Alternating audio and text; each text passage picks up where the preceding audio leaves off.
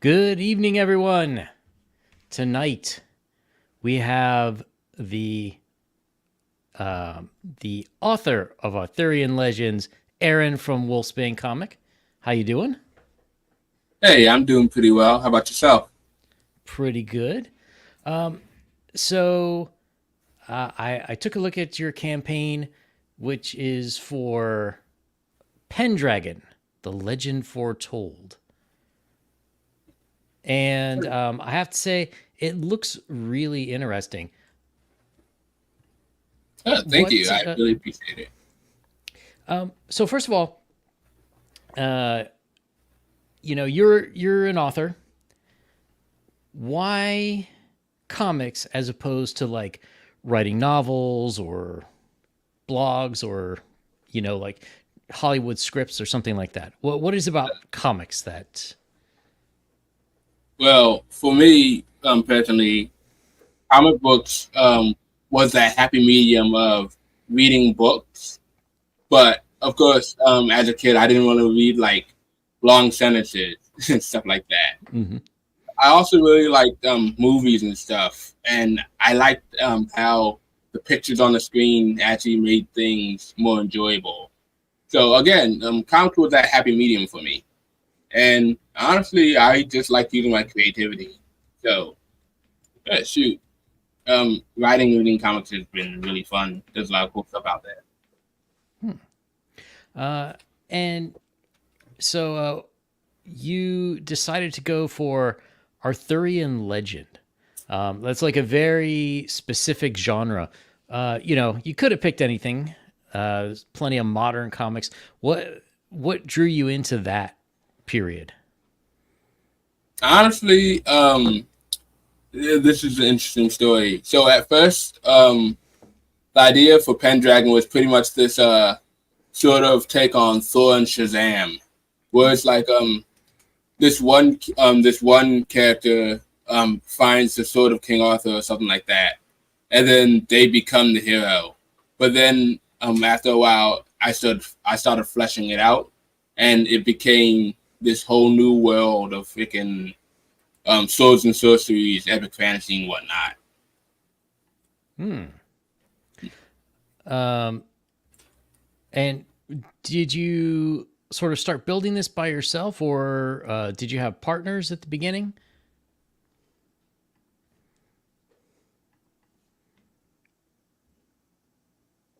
Uh oh. I think he froze up. So we'll till we get him back. Let's go and check this out. So this is from Kickstarter, which the campaign on Kickstarter is over. There are some links in the description. There's a link to fund my comic, and there's also an Indiegogo that will be coming up soon. So if you are interested there, but uh, let's check it out.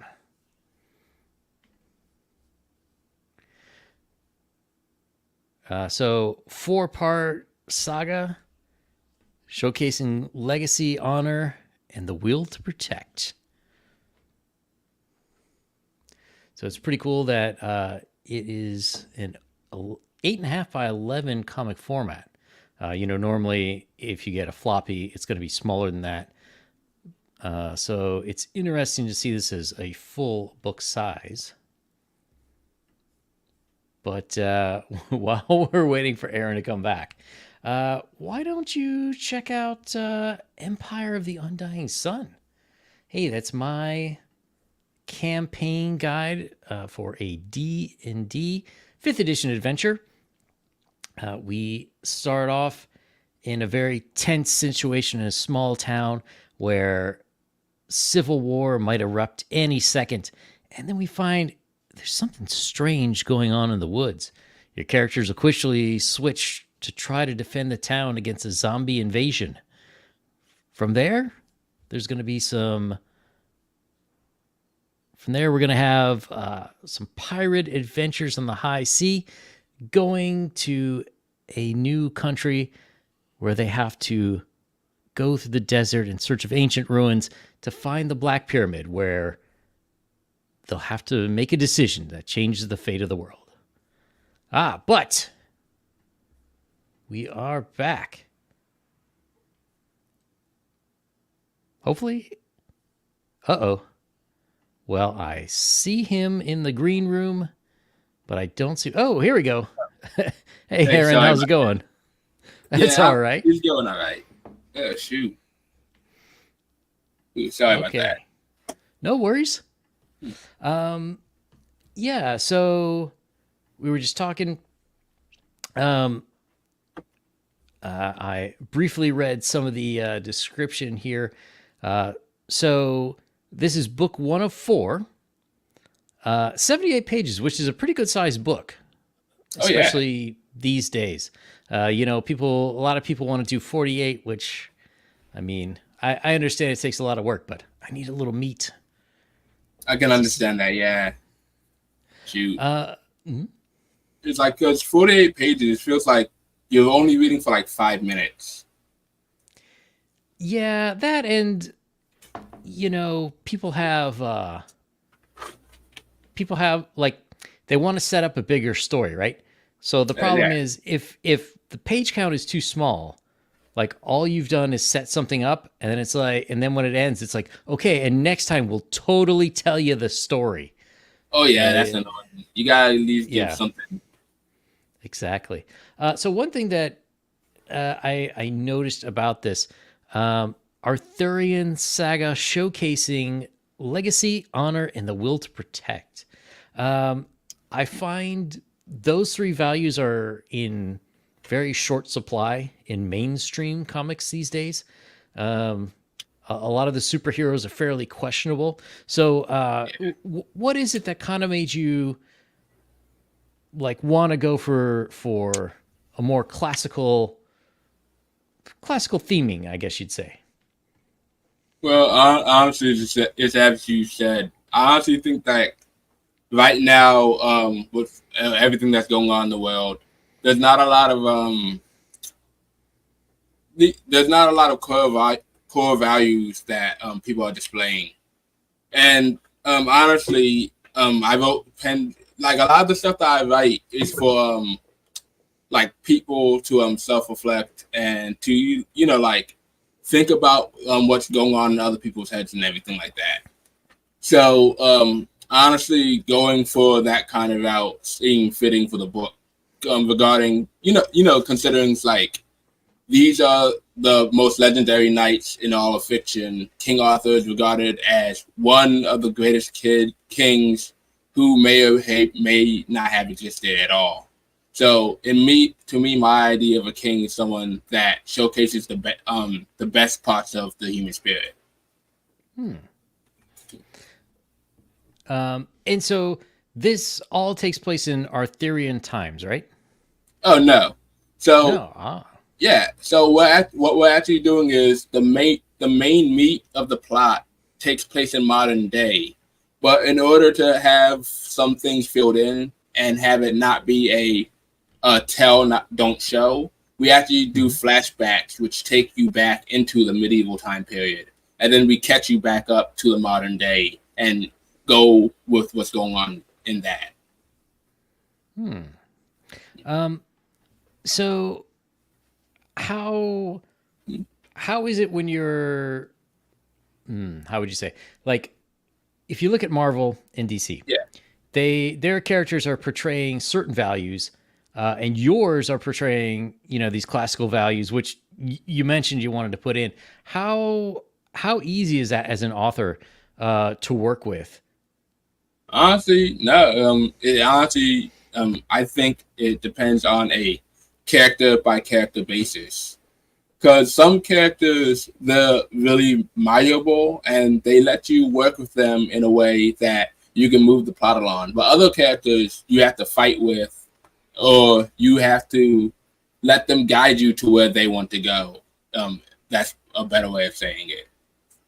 So I don't know, it's really hard at some points, and sometimes you just got to change the story to fit with that. Okay. Um, what were some of your comic book influences while you were thinking of the story while you were writing it up? So obviously one of them was Once in the Future.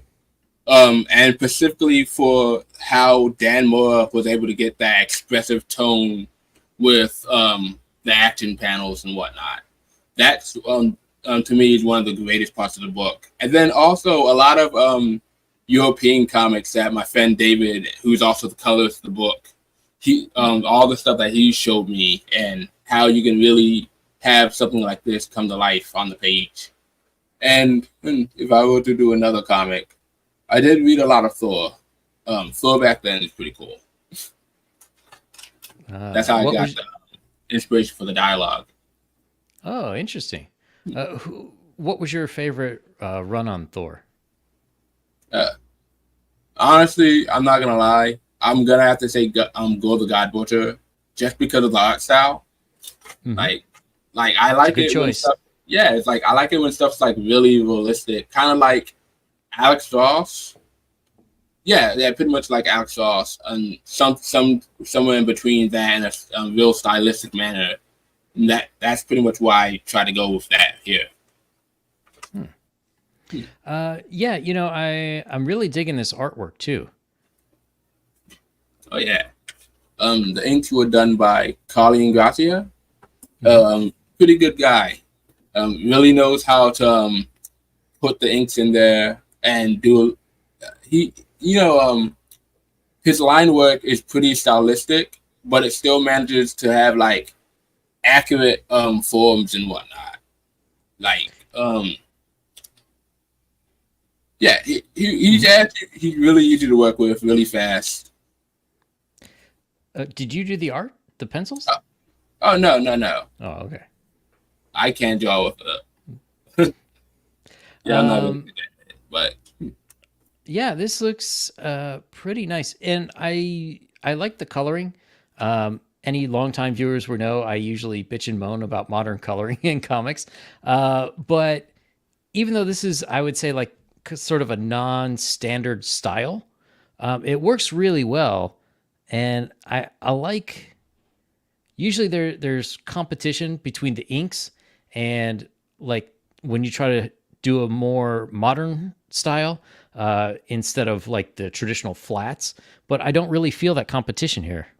I oh think no, the inks are enough that it gives a nice form to the image, but the color really brings it out. oh yeah, definitely. 100% agree with you on that. Especially the way that David, the colorist, used real world information for take the light on Arthur's sword, for example. Hmm. He pretty much mimicked to what like light refraction would be like for the comic. Yeah, this is really nice looking. So as an author, when you're sort of when you're an author and you're in the position of making the book, how do you work with the art team?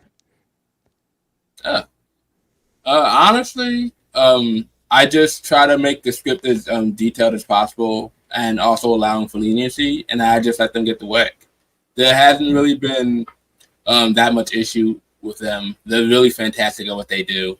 And obviously, you can see it's like them together is like a match made in heaven, and I couldn't be more proud of the people that I'm able to work with. It's definitely a good combination. Is there like a lot of back and forth between you and the penciler, where like, you say a certain number of panels, and then the penciler's like, I think I could do it better if I used like a different number, or is it pretty much that they like you sort of know what you want, and then they sort of just go along with that and make it look as good as they can? Well, most of the time it is what I sort of envision, Hmm. but other times he has had points in time where he's actually been like, you know, this panel right here will look better like this certain way or whatnot. But especially with when we're doing like character designs, I pretty much do like a basic description, like for the wizard, for example. In this book, he's a druid, Myrddin. I pretty much just said, "Yo, just make him look like a druid," and then he just came up with everything else. So it's pretty nice. Very cool.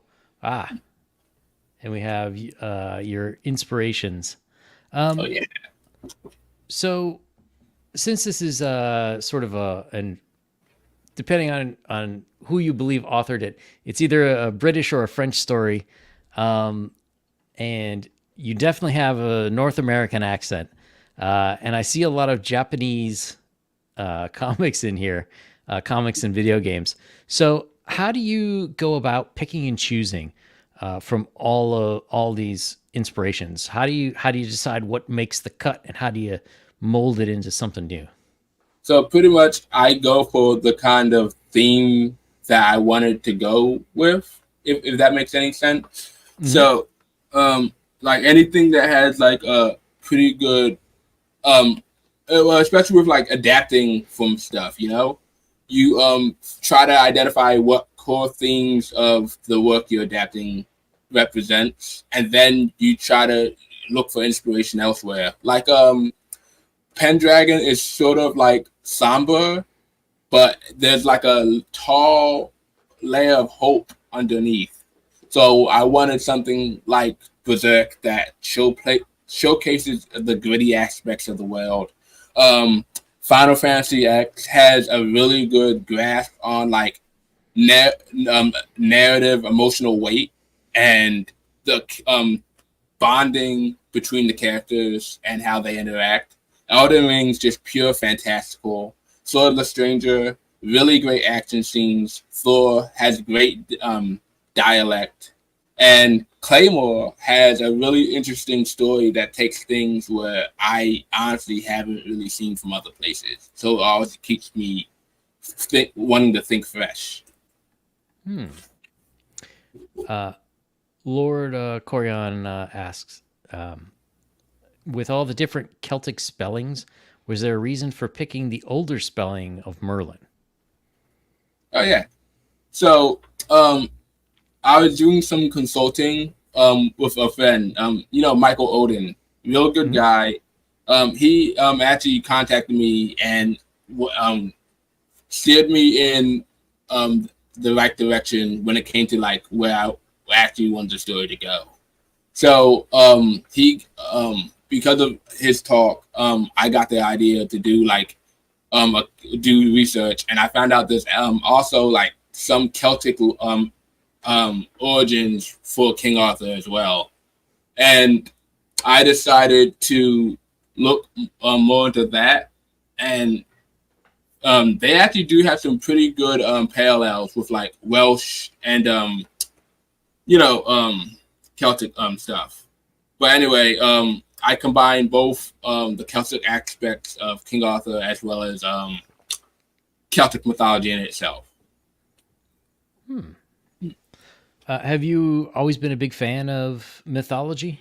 Oh yeah, shoot. My favorite one right now outside of Celtic, I would have to say it's a tie between Greek or Egyptian. Interesting. So when you're writing this kind of a story, obviously you're basing it on classical literature and whatnot. But how much do you find yourself needing to not necessarily update it, but sort of flush out some of the mythology to make it work for your story? I'd say like you should keep a good regimen.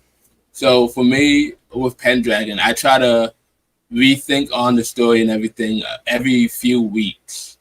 That way, in case for me, the whole story is like a flow of a river or whatnot. So I usually don't start a project until I have the entire my beginning, middle, and end. And as long as I have those core parts, I can start from the beginning and work my way up. And sometimes parts from the middle and the end start to form as well. So it's a really fun process for me. And I'm for my work, I'm really I overanalyze things a little bit. And for me, I think it's a blessing because it makes me think of this part doesn't make sense. How can I make it make sense? Or how can I make something else make sense? Interesting. So yeah, speaking of that, since you've got the sort of split timeline, it's in some ways it's easier to have things make sense in a fantastical Arthurian past, but you can really trip yourself up in the modern day. So how did you go about like picking? Like there has to be elements for both in the modern, right? You're bringing the past into the present. How do you go about picking what stays and what's sort of like the predominant themes for the modern world? So honestly,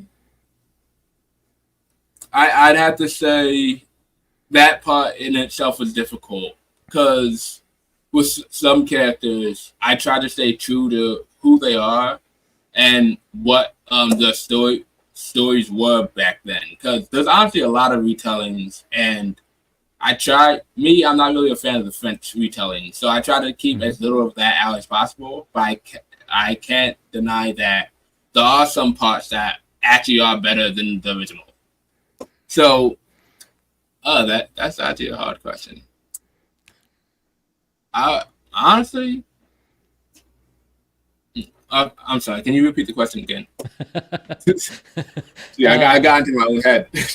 No. Yeah, I kind of forget what it was, but basically, so like you've got the myths and whatnot that came before, and you got the modern day. So how do you sort of take, like, modern day life is very different, and in some ways it's difficult because people will, you can make up anything for like a fantasy world, right? And people will be like, oh, okay, fantasy. But in the modern day world, like there has to be something that grounds it. So how do you take like those fantasy elements and how do you mix it into the modern and have it's still grounded, but you have that fantastical. Okay, I got you. All right, so from the beginning, well, near the beginning, I wanted to have Pendragon be something for younger audiences or people growing up into adolescence, and have like a good way of going about things, as in like discovering who they are, thinking for themselves, and stuff like that. And a lot of times, we find that the best way to do that is to look at what came before, and instead of having a rose tinted glasses or like a little peephole something, we actually try to contextualize the history and understand what it actually what actually was, and like pretty much learning from your predecessors. And for Pendragon, all some characters from the past, the ones that come into the modern day, they all have like a sort of lesson to teach, whether they be the archetypal heroes or villains or rogues or whatnot. They all have something that they have to say. And I think this would actually is actually a pretty good thing that the book does. So that's an interesting question. Do you think those archetypes from, what was it, at least 1,000 years ago, do you think that those are still relatable by young people today? Or do we sort of need to give them a little spit and polish to make it sort of fit? I'd say some. In general, I've come to find that a lot of retellings of Arthur, they're pretty different than what my take was on. it's either he's not even the best of his knights in terms of either valor or fighting capabilities, or is that he's just a really he's just a warrior. He doesn't really lead people. Mm-hmm. So that with some things you do have to give real spit and polish, as you say. Like the one thing I am gonna spoil for issue 2, we're gonna have Gawain in there, and nice. The best thing about Gawain is that he's called Gawain the True because he is he's like one of the greatest knights in terms of like valor. Even though that like he falters sometimes, he's still shown to be like that truly valuable knight. And I think I really outdid myself for this one to pay homage to him. Nice. So are the other books in the series going to be about as large, like more or less 78 pages, or different sizes? So at the I do want to keep the trade paperback format, only to keep the books consistent. Mm-hmm. Consistent. The only the lowest I'd ever go would be say 50 to 54 pages. So I do want to have I do want to get done the story fast, in a decent amount of time. I don't want to be doing 100 issues.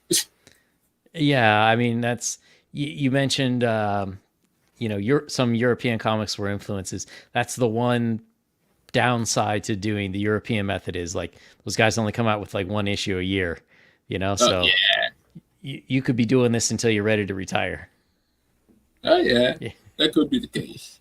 But honestly, Carly and David, they work really fast. I remember with Carly, I got the layouts in about 2 to 3 weeks, and that was for like 20 pages or so. So they know how to work when they need to. Nice. Yeah, so a lot of interesting line work as well. Oh yeah. So this book is more or less well underway. So just to point out for everyone, the Kickstarter is over, but it's already past its original goal. So when it comes out in GoFundMyComic and Indiegogo, the book is already for sure going to be published, right? Oh yes. Well, you said when it comes out for Indiegogo, for my comic. Right, because you're launching soon, right? Oh yeah, I'm launching soon, but that's just to get everyone's books in order, pretty much. Mm-hmm. So all the inks for the book are done, and right now we're working on the colors and the letters. So we're still the reason why we're doing the Kickstarter campaign is to try and get the funds necessary to finish the book and have things out ready to ship to everybody. So I'm combining both the Kickstarter money and the Fund My Comic money together to be able to give all of you guys your books at the same time. Okay. But I mean, even if there were no other backers on other platforms, this is still getting published, right? So if they back on the other platforms, then they can be assured, like, it's not like, maybe it'll be published, maybe it won't. For sure, it's getting published. No, I don't like doing that. That's snake stuff. I'm not gonna lie. I don't like it when creators do that stuff to the customers, man. That means one time. So, do you have plans to do other books besides the Pendragon series, or? Oh yeah, I do. So right now I'm going for a lineup of doing my first series, Wulfbane. It's pretty much a supernatural detective story starring a teenage werewolf whose lycanthropy isn't really the worst thing that he's dealing with in his life. Oh, geez. So, oh yeah, So the whole story right now is going through a rework, and with issue 3, that's where everything's gonna take place. It's gonna be like a little soft reboot. I promise I'm not gonna do any more reboots. I have the story figured out. But yeah, and then after that, we're switching over to Pendragon, and then after that, in the mix, I'm going to be doing at least like debut issues or something like that. I'm gonna try out new ideas, see what sticks, and see what stories I can tell. Hmm. So when the whole indie comics thing, sort of like the true indies, not Yeah. like people who publish at Dark Horse or Image or something, but when people just at home making their own books, crowdfunded them, broke out right away. What you saw is a lot of people who wanted to aim at a more adult market. But from Pendragon, and then it sounds like from Wulfbane, it's aimed a little bit younger, sort of at more of like a classic comics market, like almost teenagers, I guess you'd say. I'd say like the lowest I'd go is like a 16. Hmm. So So is there some reason why like you wanted that demographic as opposed to like, yeah. you know, So earlier in my youth, I was pretty much I didn't really have the right guidance, and mm, I felt that if I did, I probably would have been able to wise up a lot quicker. And I honestly I want to try and give back and try and make things. I try to give people a voice through the characters and whatnot to make them see like they're not alone. I'm going through this stuff too. Maybe these characters can help you in some way. mm-hmm. Yeah, well, for me, for one thing, I see is like in comics in general, there's not a lot of like good stuff aimed at sort of like the 13 to Oh 20 yeah, market. There's like some Marvel stuff, but all like it's so questionable. Like, yeah. I know ooh, what you mean. It's like I don't know the that I would want pushing a kid things a reading little too that. hard. Yeah, yeah. I feel you. Like for me, it's pretty interesting because like if you look back to older stories, like even pulps and earlier movies, there wasn't like this sort of YA series. There were children's books, but were for smaller children. But when kids were in their teens, they were expected to read more adult stuff. It's just that Really? they like stuff with characters who either A, they could look up to and maybe try to emulate, which I kind of see with Pendragon. And then, the other one is where the characters are going through things that they're kind of going through as well. Could be Yeah. trying to be an adult, talking to girls, any of that kind of stuff. So Oh yeah. it's interesting to me that I don't know why we don't see that much anymore. Oh yeah. It's usually just here's what you should be. Be that. Yeah. Yeah. I don't know why we don't have that sort of entertainment anymore. But I don't know. Lucky there are good people out there trying to do the good fight and bring that stuff back. Hopefully we'll see more as the years go on. Oh yeah. Shoot. Um, so you have a couple of campaigns under your belt now. How has it been trying to build an audience in the indie comic space? It's been bittersweet. Honestly, you do find a lot of good people there. You find some trolls, and all in all, it's just it's an interesting community. Everyone's really passionate about what they like, and I think that's honestly a positive. Even though like some people get a little overzealous or whatnot, Mm-hmm. it's just it feels like a place there where you belong. In the comics world, like there's people who just want to sort of stay in their lane. Oh Like yeah, I just want to draw things, I just want to write things. But when it's your comic, you sort of got to be the guy who wears all the hats. Uh, yeah.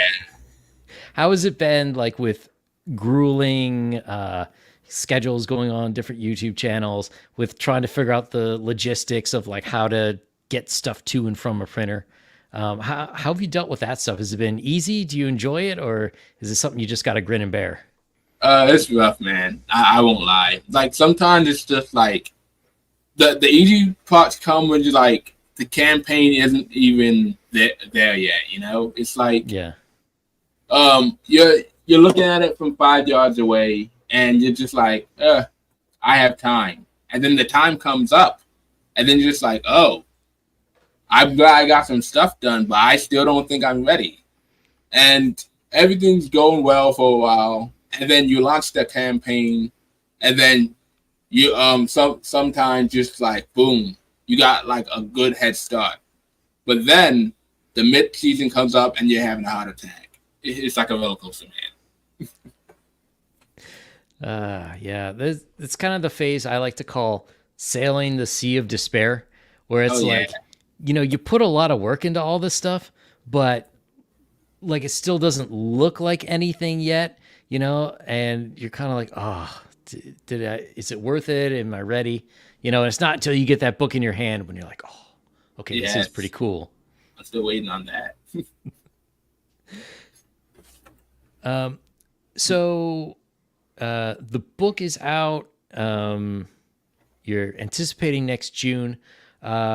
You've got Fund My Comic coming up in August, right? Is that when Indiegogo goes live as well, or is that going to be after? So with Indiegogo, I did do a poll because I was having debates on whether or not I should do it. Mm-hmm. It's only because I don't really understand how Indiegogo works, and I'd have to put I'd say like a lot more time into doing that and trying to figure out how to go about that. And a lot of I have tried to do Indiegogo twice, and I haven't really succeeded because of it. So it's just like I gotta see what I can do with that. Yeah, I think Indiegogo is getting hard for a lot of people. I think back in 2018 when Kickstarter was banning people left and right, I think Indiegogo was a good alternative, but it seems like it's a lot harder to use for a lot of people. I've heard a lot of complaints, like not only of shadow banning, but just like there's stuff not showing up in a search, even if they're not shadow banned, like comics not being promoted. So, Yeah. And it's weird because Kickstarter recently just got a little bit better. So I don't understand why Indiegogo's not trying to be more accessible. Yeah, I don't know. Something with the company went down. Like, 2018, 2019, 2020, Indiegogo was the place to be. All the happening books were coming out there. And I don't know. They just really dropped the ball in that regards. I mean, it could just be that comics overall is too small of a category, and they say, well, we're making more money on like garbage disposals or something, so they'll promote like the tech projects. True.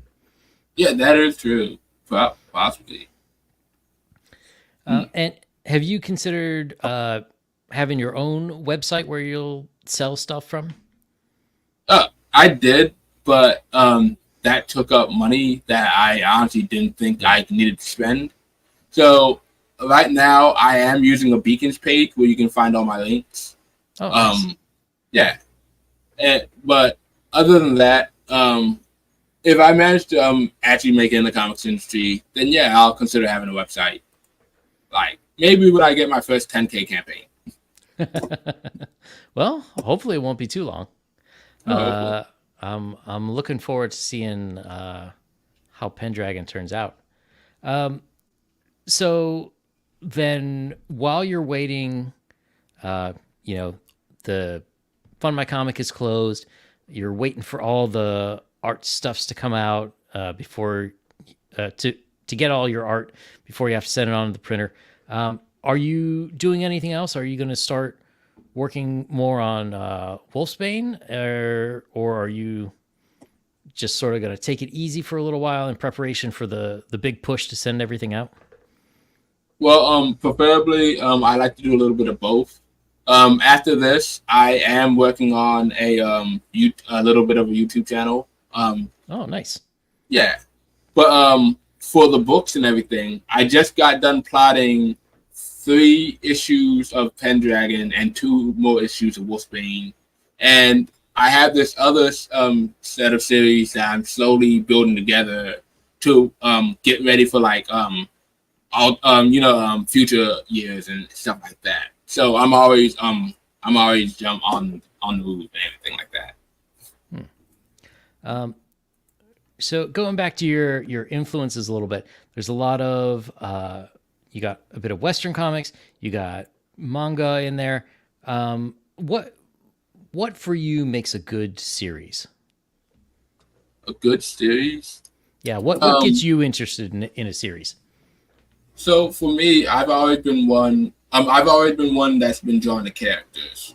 So if you have characters that have a good emotional theme, and I get to empathize and see what it'd be like to be in their shoes, given this specific moment or whatnot, that's what I like.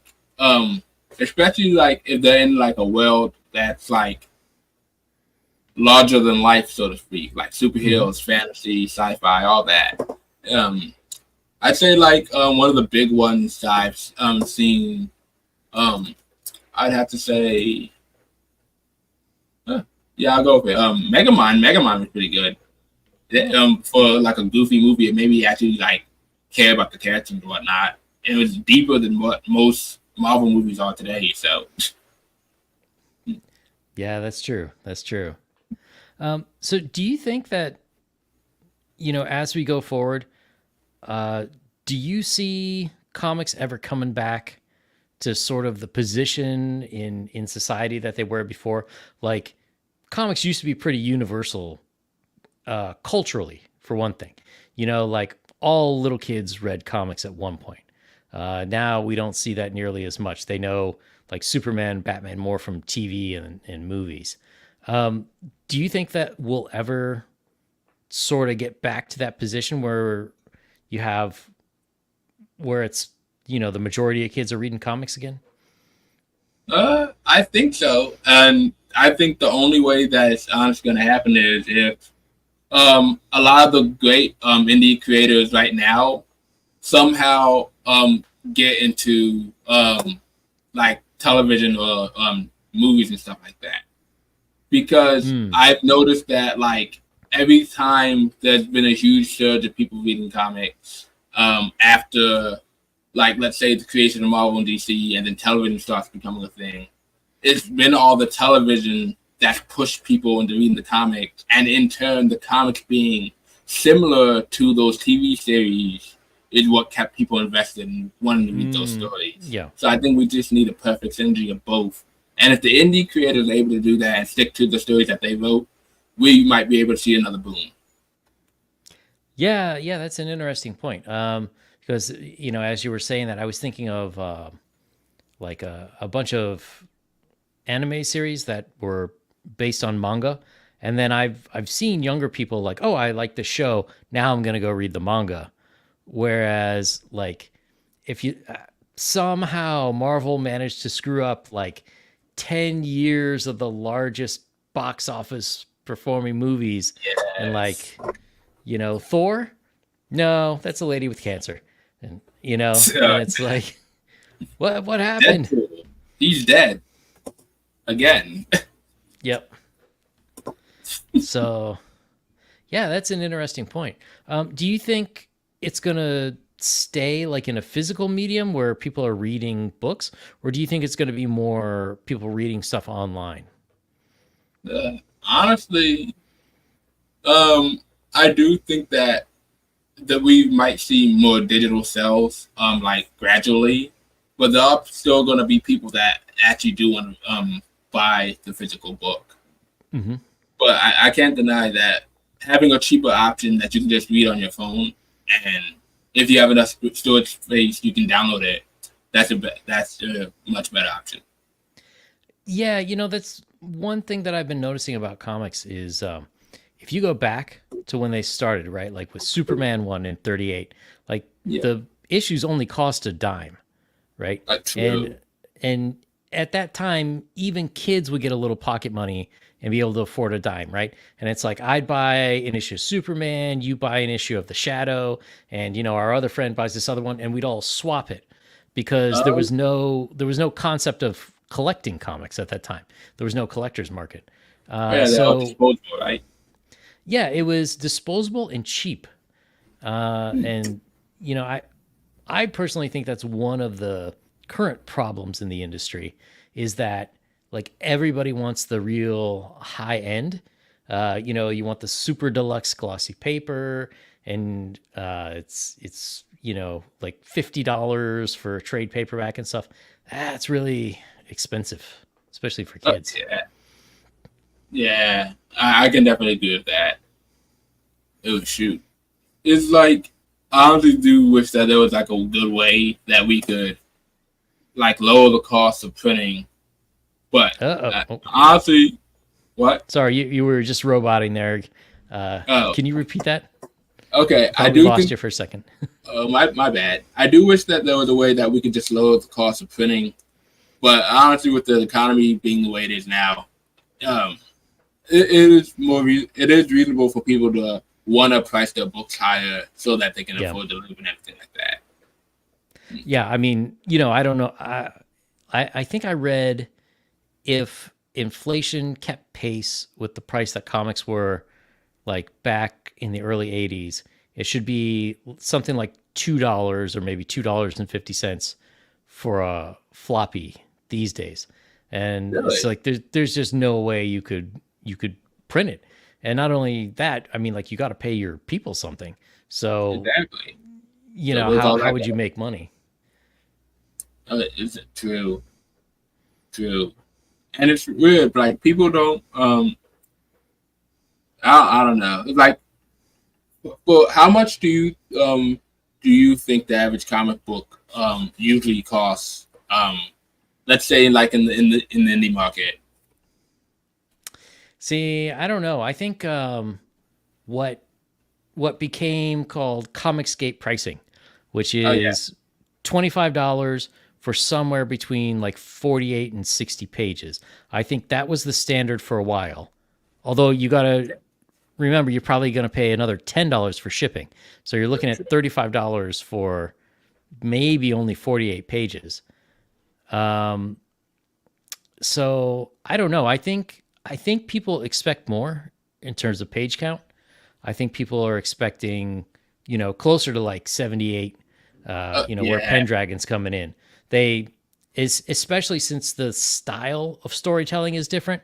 Like if you look at older comics, like in 20 pages, you have like 10 different things happen. Uh, Whereas like now in 48 pages, maybe four things happen. So if you need the time to set more things up, I think there has to be more pages. I agree with that. Definitely. And don't just use those pages to like lag, you know? Like there are some creators just like they have a page count, but Hmm. a lot of the stuff could have been told in like a few less pages, you know? Yeah. So yeah, I don't know. I think it's tough, especially when you're indie and you're just starting out. And of That's course, true. your sales numbers aren't going to be as good. Like if you had like let's say 1,000 customers, that makes your cost per book a lot less when you go to print. That's true. You know, so and I don't know, and then there's the material costs. Like a lot of people, when they want to back a campaign like this, they want that nicer quality paper. They want like stickers and stuff that go with it that all increase the cost. Whereas if you look like Yeah. Alterna Comics, they're still printing on newsprint, Oh so yeah. stuff is like under $3, and it's like that would be great, but you have to be able to print a certain number of books. You have to Oh build up a true. big enough audience first. Shoot. I'm glad he was able to do it though. Shoot. His books always look really good. Yeah. Although I don't know, they announced they're going back and they're going to sell graphic. I don't know if they call it graphic novels or trade paperbacks. I'm not sure, but they're Oh, selling they're it in going that back. format. Well, Nice. Pete announced that they're going to be selling them, but I'm not entirely sure I'm not sure what exactly he's doing. Like, are they separate? Like graphic novels that are larger size, or is this like they're gonna take like Blood Realm, 1 through 5, and make a trade paperback? True. I'm curious to see though. We'll have to Yeah, keep it's an eye on that. interesting to see where they go. Shoot.